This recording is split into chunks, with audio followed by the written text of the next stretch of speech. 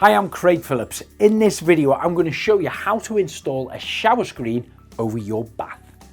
Now, shower screens come in various different shapes and sizes.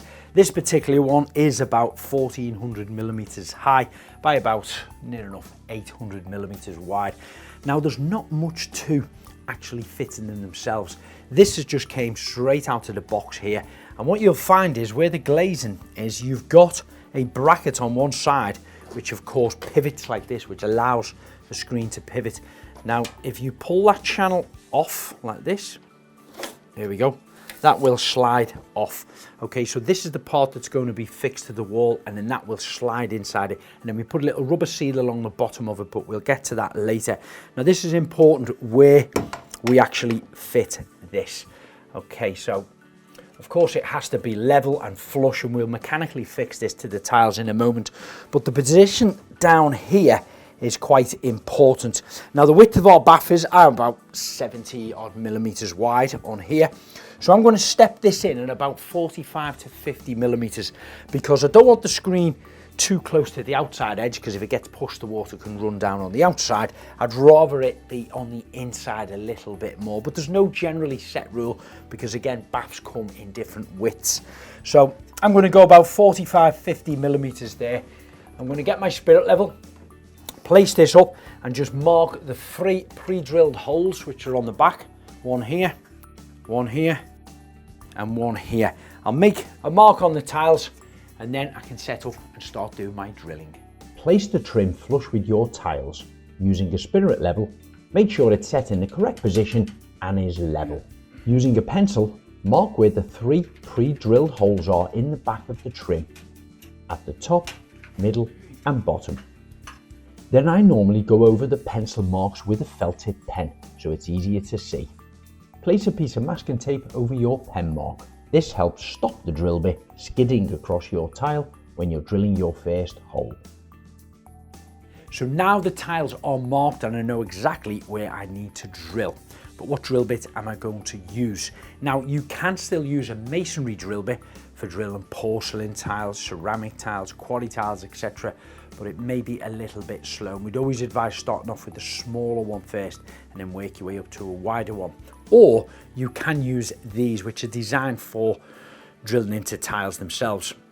This one here, I'd start with a little pointy one, usually used on ceramic tiles, but I just use it to make a tiny little mark and indent in the actual tile itself before I start using this one. Now this it's a flat end, so it's quite blunt, but it has little diamond tips all the way over it. And when we start to drill with this one, don't drill directly into the actual tile. We start off on an angle just to let it cut into it a little bit more, and then we straighten the drill up and we actually go through it. That's why this one just helps that little bit more, just to stop the actual drill from skidding across the tile when it spins. Now, before you drill, always check that there is no cables or pipes behind the surface you're about to drill. Nope, that's all clear. This first drill bit is the pointed tungsten tip piece, which I use to start my hole off. Then I switch to the large 6mm porcelain diamond tip drill bit. As described earlier, I start to use this drill bit on an angle, then slowly bring the tip of the drill bit up square to the wall. Again, this helps it to stop sliding across the tiles and damaging the surface. Now we've drilled through the tile, I'm going to put a standard masonry drill bit on. This is 6mm wide to drill through the surface behind it, like the brick or the block, but whatever's behind there. Always place something below to protect your bath when drilling. Slide a 6mm raw plug into the hole. Push it in all the way until it's flush with the tiles. Now, you may need to use a plasterboard plug if your tiles are fixed directly onto aqua boards that are mounted onto a stud frame. Sometimes you may have to tap the plug in slightly with a hammer to get it flush with the tile surface. Then you can remove the masking tape and wipe away the dust. Now the tiles are drilled and plugged, I can fix the channel to the actual wall itself. Now, of course, we've got our pre-drilled holes along the back side here, which the screws are going to go through. But on the inside of this, we also have 3 more screws, top, middle and bottom. They are for grommets, which is going to hold this into position once we get it leveled up. So they must be on the inside of your bath area, so we don't see them from the outside. So I'm lining up my screws.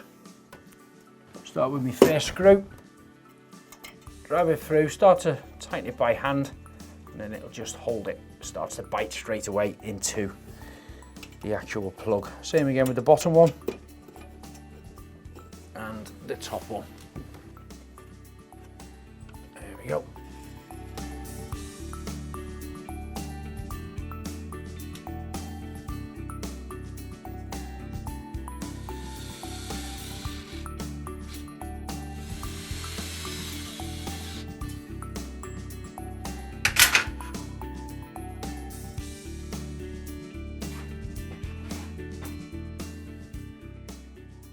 Now the channel is firmly fixed to the tiles, we're ready to think about fitting the main screen itself and this hinge bit. However, you do get this plastic kind of rubber end seal which goes on the bottom. It's got a little groove in it here, which the glass slides into, and then that is along the bottom and it sits on the lip of the bath.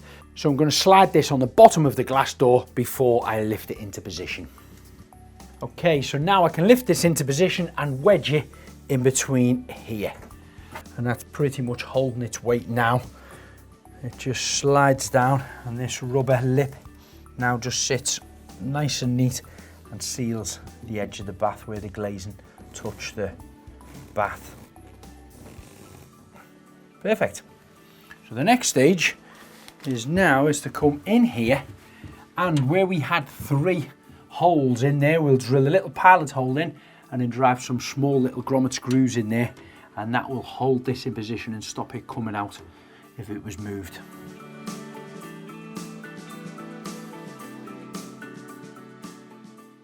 This size screw can easily be tightened up using a small hand screwdriver.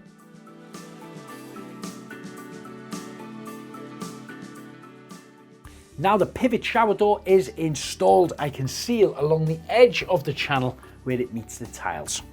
Using a premium quality silicone sealant, make sure both surfaces are clean, dry and dust free. From the outside, I normally start from the top and will work my way down to the bottom in one straight line.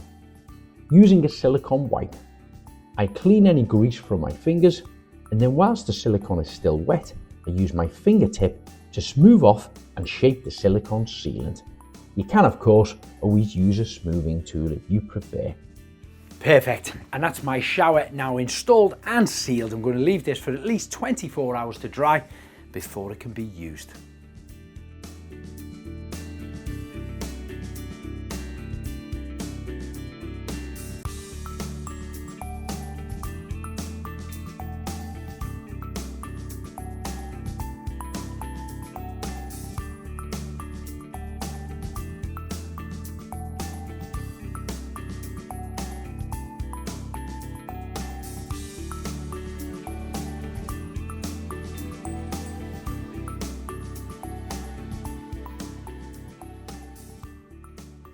So that's how quick and easy it is to install your own shower screen. If you're looking for more how-to videos, don't forget to subscribe to our YouTube channel. And if you just want to know more about the vast range of products that Bathroom Mountain stock, head over to their website, bathroommountain.co.uk.